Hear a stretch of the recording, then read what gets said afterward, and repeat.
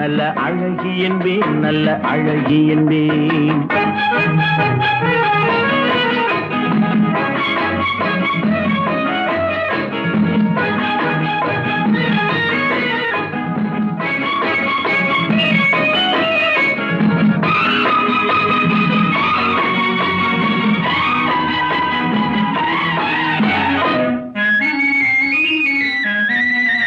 எந்த காலைஞனும் அவளை சிலை வடிப்பான், எந்த புலவனும் அவளை பாட்டில் வைப்பான்.